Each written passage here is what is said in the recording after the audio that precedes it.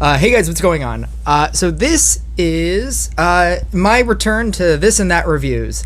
And I have with me my girlfriend, Brittany. Hello! And she is going to be doing this, or some of these. I watch way too many movies for her to subject her to all of them. How many movies did you used to watch, like, a long time ago? Oh, I for sure watched... But I guess just before you met me. Well, so, like, the first year of knowing you and watching movies with you, I watched more movies that year than I had, like, the previous 5 years combined. Yeah. So, it's a lot. And I'm constantly watching, like, every movie to the point where the first... this first review that we're doing with me starting this channel again is not the Super Mario Brother movie. It's not Project Hail Mary. It's The Drama. And this, I feel like there was a pre-version of me where I used to casually go to movies, probably as much as you did. And I would only see blockbuster movies, like the Avatars and the Endgames of the world. And now I just watch everything to the point where I know that like 3 movies of note come out per week. So like That's so insane. Yeah, so like when a movie, I was talking to a friend and we were like talking about how long ago some movie was, and I was like, when did that come out? And she was like, 3 weeks ago. And I was like, yeah, 3 weeks ago was forever ago. That's like 9 movies ago. 9 movies ago. Yeah.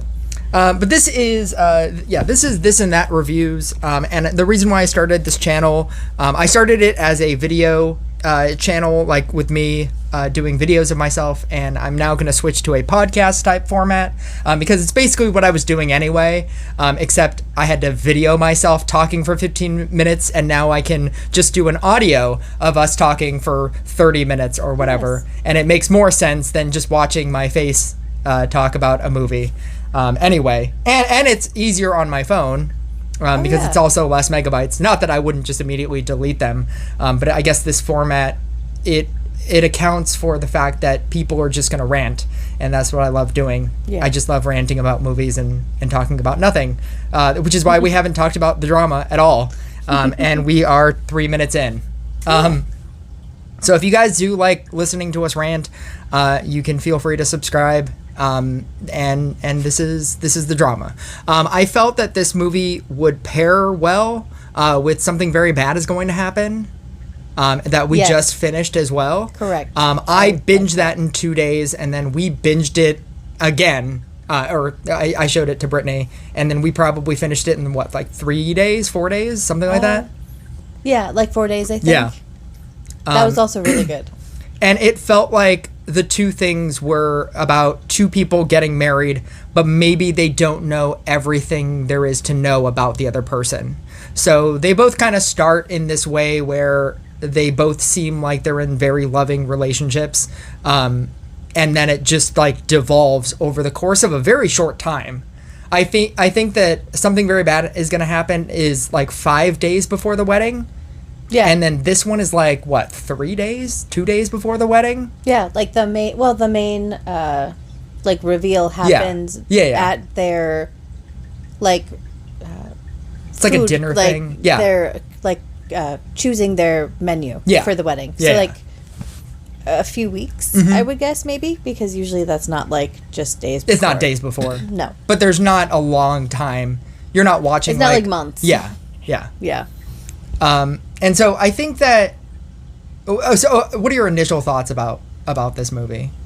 Non-spoilery. Like, would you recommend this to people?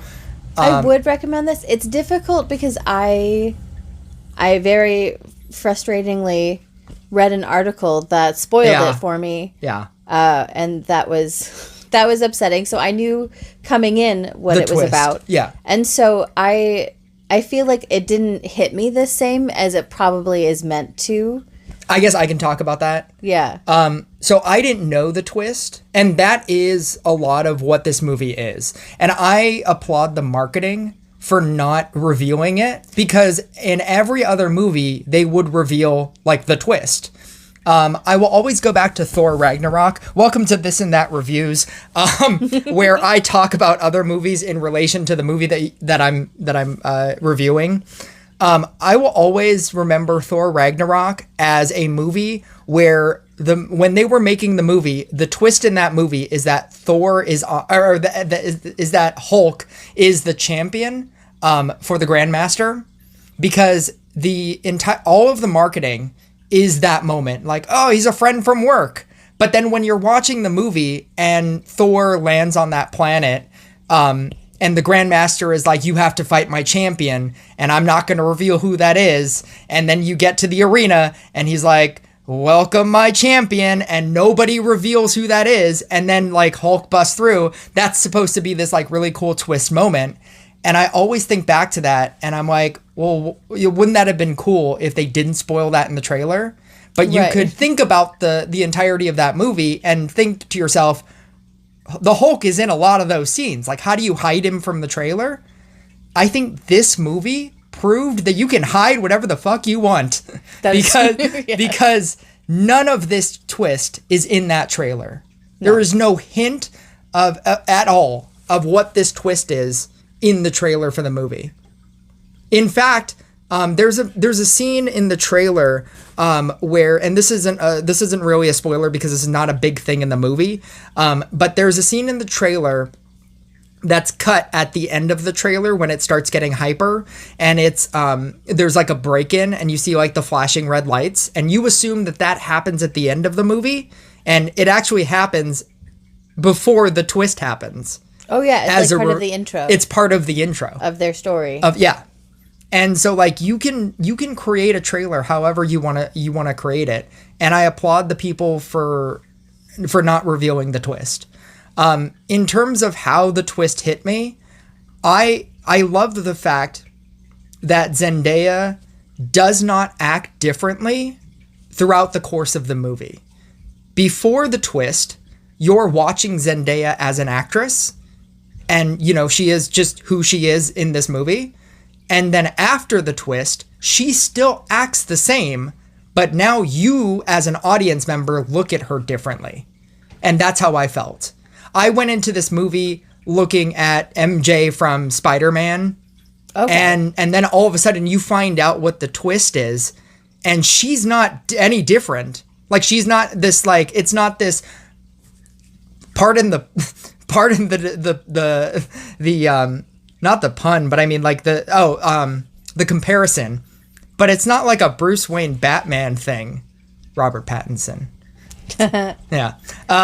It's not like a Bruce Wayne Batman thing where she acts differently prior to the twist and then she acts differently after the twist. She acts the same the whole time because for the length of her character, she's been this person.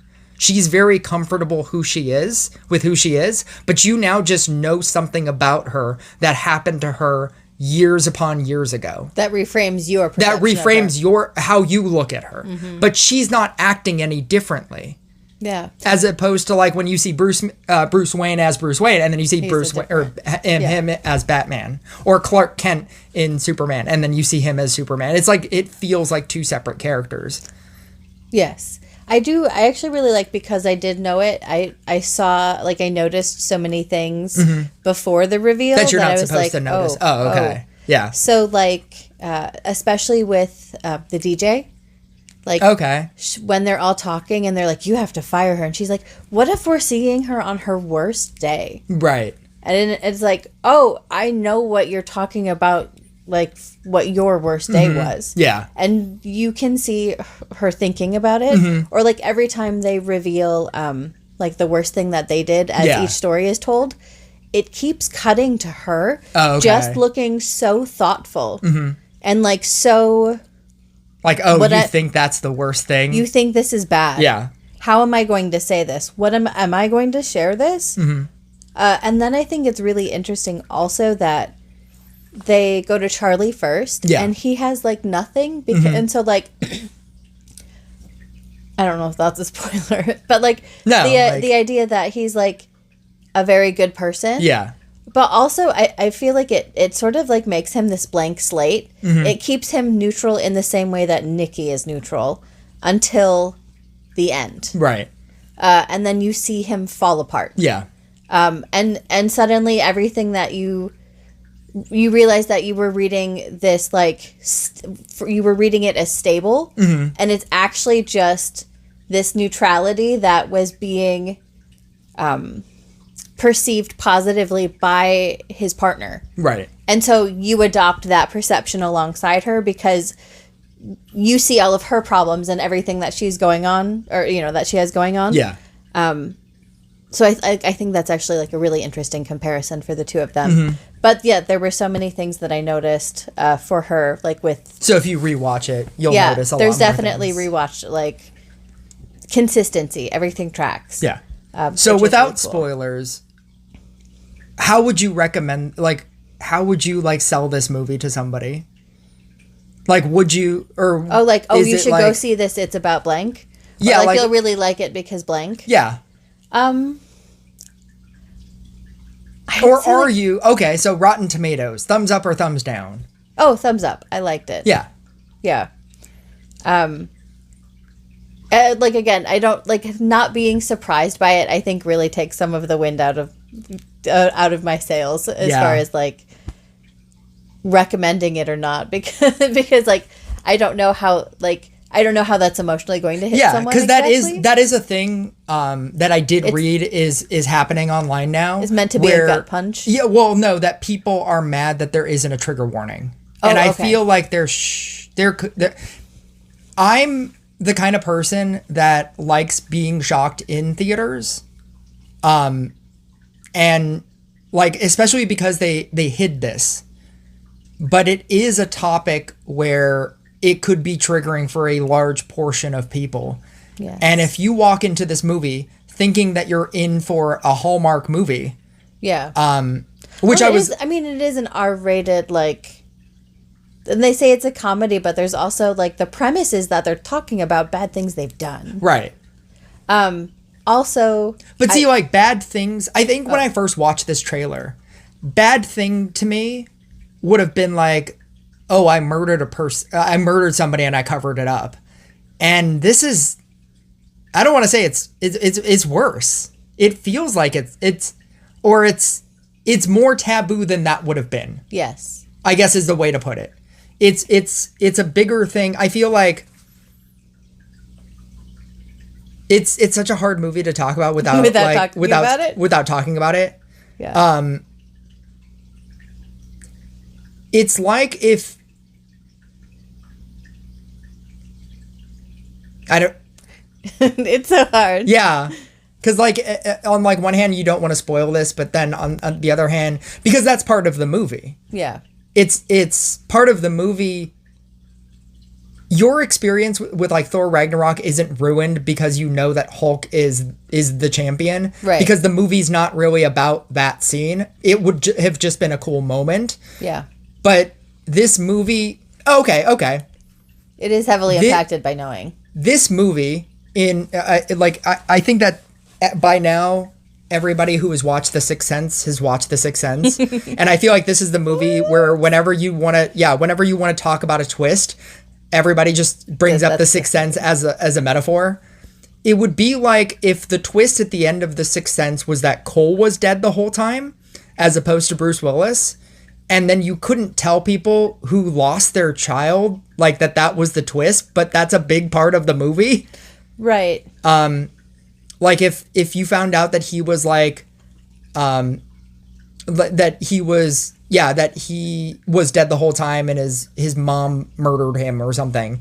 And that Bruce Willis, the twist is that like Bruce Willis's wife like had a miscarriage and that was Cole. And you can't talk about that without you have to talk around it. You have to, and it's weird too. I think, to be fair, I think in both cases, like in both examples, because like, right, with Sixth Sense, Yeah. we do know that they talk about death. Yeah. So like that's a broad enough, right, umbrella. Yeah. But also, I think like if anyone, I don't know, like I guess you could if you have triggers, just look up spoilers. Yeah. Like that it's worth it. Like Yeah. your mental health is worth it. Yeah. And like there's doesthedogdie.com is like very useful for that kind of thing. They do like minimal revealing. They just tell you if something happens or not. And so I feel for anyone who was triggered by it, but also at the same time, like if you're going into a movie where they're going to talk about the worst thing they've ever done, Yeah. I would assume some level of violence is going to happen. And if you have triggers surrounding violence, you need to prepare yourself and like access tools that can help you be prepared for that. Because I do think that, like, while I'm in favor of a trigger warning most of the time, I do think that would, like, it would change the experience fundamentally. I can confidently say Yeah. it does change the experience fundamentally. Yeah. So, Because the whole movie revolves around that. right, around that It reveal. revolves around the twist. I guess I was going to try to say, like, how Old Yeller, like, the dog dies at the end of Old Yeller, but that's not what the movie is about. It's just a thing that happens at the end of the movie. This whole movie is about the this twist. thing. It's about the twist. And the everything devolving is based off of this reveal. Yeah. And like what things fall apart in their lives because of that. Yeah. So like you can't say, oh well, it's just this and nothing else. Like it's just this twist and nothing else has impacted everything. It is. about it. It is the whole movie. Yeah. But so yeah, so like I feel like a trigger warning would do disservice to like the purpose of the film. However, if someone has triggers in general, they can prepare themselves by researching ahead of time. And it's okay that their individual experience is different than what the filmmakers intended. I think they're still allowed to have the intentions that they have. Yeah. I think that's like a really good way to balance that. Yeah, I like especially with the existence of the internet. Yeah. But I think that it's brave that they even made this movie. With like Yeah. all of the like I Topically love speaking, yeah. the what? Like as far as the topic. The topic. Yeah. With all of the movies, we're both positive on this. If that's all you came for. But like I think that the fact that like there was a new Hallmark movie that was just announced that's a Disney World love story on Hallmark. And I feel like with the abundance of like Hallmark movies and love stories in general, I love love stories with a twist. Like that's my thing. I love love stories that have like a weird thing in it. Adjustment Bureau, The Lake House, Crazy Stupid Love. Crazy Stupid Love has an insane twist. Yeah, I love not just like straightforward love stories, but like love stories or 500 Days of Summer. I love love stories that are unconventional love stories. What is it? Love and Monsters. Love and Monsters. Love and Monsters. Yes. I love love stories with a twist. This is a love story that you will never see. That is unlike Unprecedented. Yeah, it's unlike anything else. It's very much of this time. It's very much like it's a current event kind of deal. Yes. Well, and it's like it's a love story, but it's also like it's comedic, but it's not only a comedy. It's not like this vapid thing. It's like the topic in the reveal is a heavy one and is a thought-provoking one and it's a conversation-provoking one. So it's not like a light fluffy thing either, even though it is a comedy. It's like a dark comedy, but it's also not just like grimness for grimness sake or like to be snarky. Yeah. It's like actually really relevant in that way. I think Robert Pattinson said it in an interview that he almost hates that the movie is called The Drama because he's like, there is the comedy in it. It's a comedy. Yeah. There's like it other is the things. drama. Yeah. Yeah. It's funny in like this very dark way. But it's one of those like it couldn't just be heavy. Like the Right. comedic elements give the movie a Or, like, you want to necessary. continue watching it. Yeah. If it was just heavy the whole time, it would just be an uncomfortable experience sad movie. and sad movie. Yeah. Yeah. But the amounts of comedy that are sprinkled in appropriate places, or like the insanity of the comedy, Yes. of the situation. Yeah. Also, like the after with the twist being revealed about something that happened like years prior. Yeah. I think it's interesting also that like immediately following what was revealed, like her life history was changed by that event. Yeah. For the better. Yeah. Significantly. Yeah. And so I find that also very interesting that like that was a way that they balanced out how grim and sad that is with like who she is as a person That you today, could believe- 'cause she's like very conscientious today. Yeah. That you could believe that she is just now a very different person. Yeah.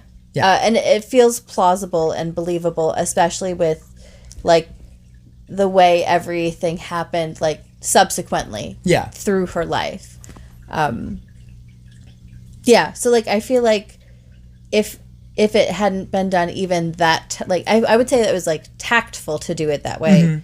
And so even if it had been covered with less tact than that, it would feel like really exploitative or like insincere, like just kind of shock For value shocks. Yeah. humor. Yeah, And yeah. like it, and because of the choices that they made and the way that they did it specifically, I feel like it feels just like meaningful.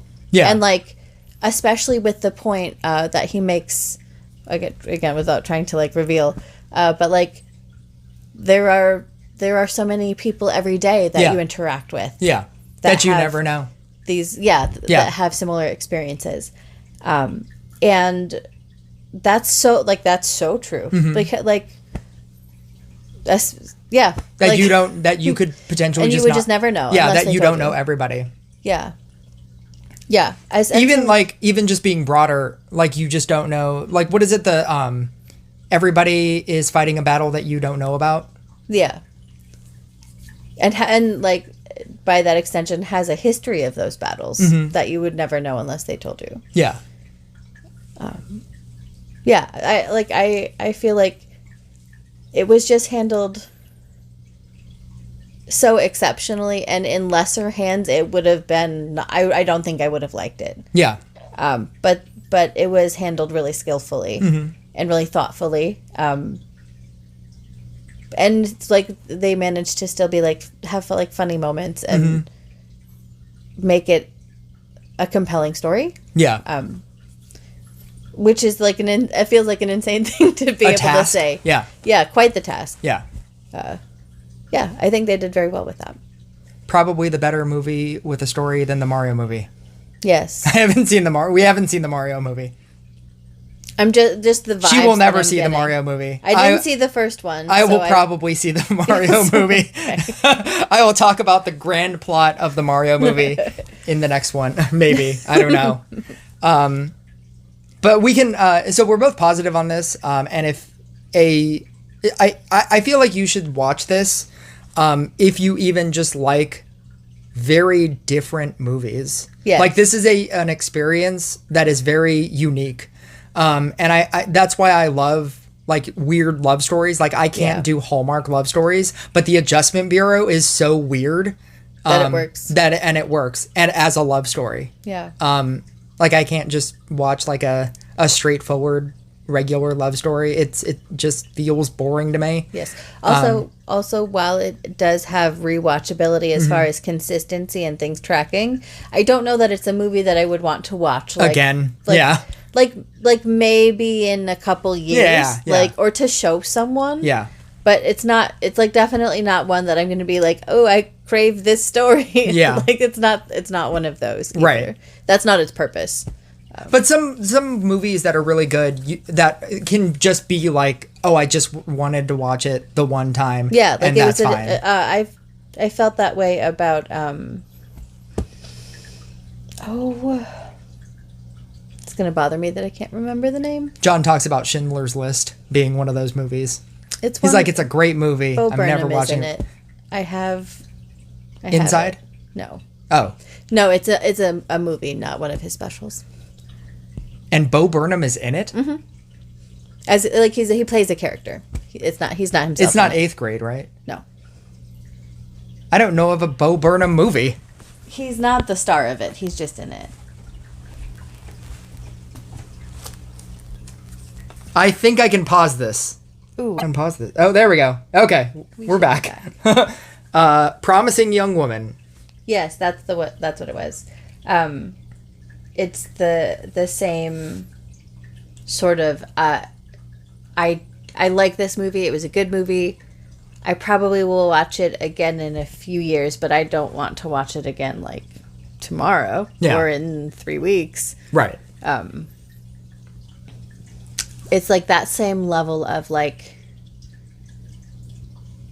thoughtfulness, I guess, or like complete storytelling. Yeah. Less tragic. Okay.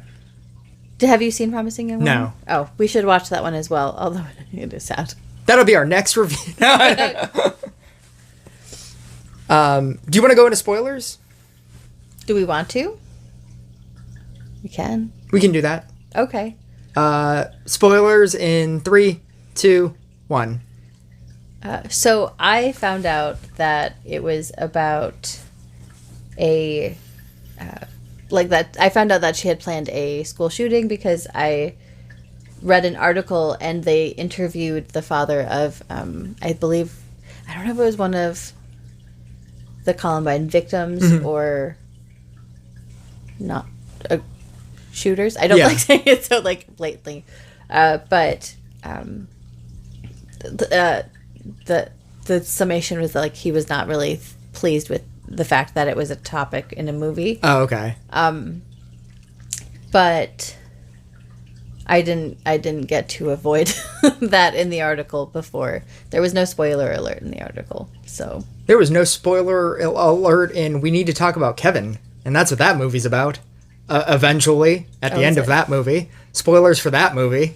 Yeah. You know what's funny about people getting outraged about things? What's up? People only get outraged about things if it's a popular topic. It feels like the thing is, people get outraged about things that are not popular, but their outrage is equally unpopular. Yeah. So like you just don't hear about that either. See, and like that bothers me in the same way that like the Super Mario Brother movie and like the Pout Pout fish. I trust that one had good. That one was the thumbs up. That one had good reviews. But nobody's like talking about that, and it's because it's not popular. It's not popular to talk about. It's not popular enough in the. But you're also not in the demographic that it's meant to be popular in. Okay. Like people to whom it is relevant, I'm sure the children who read the Pout Pout Fish book were super fucking thrilled that this movie was coming out because they saw it as an ad on like their iPad, right? Or on their on a movie that they watched already. Yeah. And so then they were like, Mommy, you have to have this ready. Like, we have to go see this movie. And so for them, it was very advertised and relevant and heavily discussed amongst their other 7-year-old friends. But they're not the ones making podcasts. Right. So, yeah. I guess back to the drama. Yes, back to the drama. I like that you called the ending.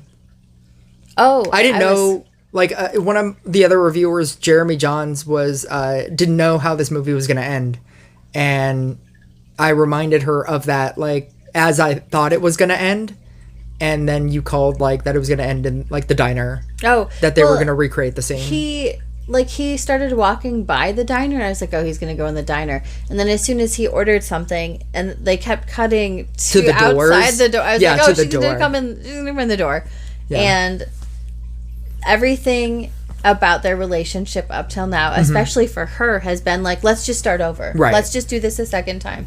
Like everything just now was clearly miscommunicated and bad. Let's just pretend that we don't have this bad experience and we can just like start over and move on. And so like the fact that also she was the one who wanted to go to the diner and then he did go, like I have expected her to be in there already, Oh, okay. like alone. yeah. And so then when she wasn't there, I was like, oh, she's going to come in. Then, And they keep because cutting to, she's- like, the and the then door. people at the door, and like, Yeah. of course. And so then of course when she's walking in, it's like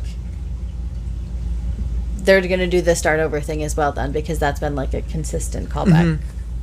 Because she is always asking for it. Because this isn't necessarily a thing to her anymore, but now it's become a thing to everybody Right. It's something that she's worked through for herself for years. Yeah. but it's just happening. And It's it just yeah. happened to everyone that she loves. And I guess the question throughout the whole movie to the audience as well is, how do you look at this person the same. the same? And the whole movie you're like, you can't. But then I was wondering how the movie was going to end, and it's like, how does Robert Pattinson not break up with this person even though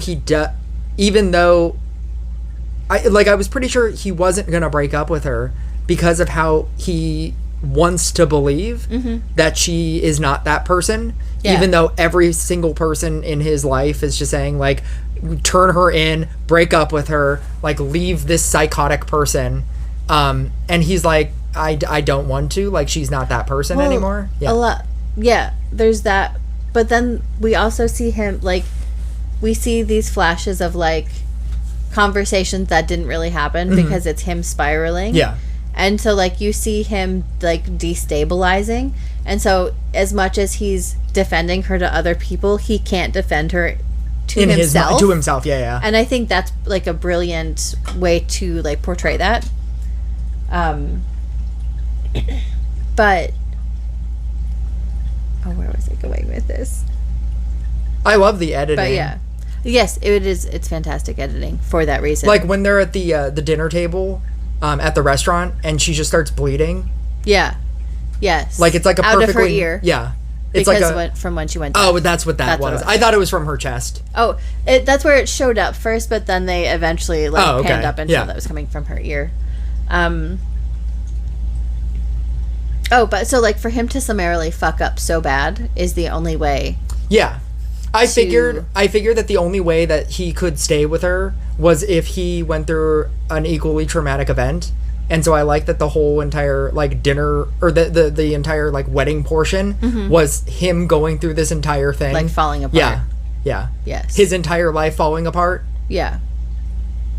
And that was giving me flashbacks of the last episode of Something Very Bad Is Gonna Happen. Where I was just like on the edge of my seat. Yes. Being like, oh my God, what is happening? What is going on? He keeps making the worst decision possible. Yeah. But also, I really like that for him that it's him fixating on like certain aspects of things, and then like becoming controlling and obsessive about them, and like that's something that has been consistent and like mentioned throughout the movie. So it's not like he's just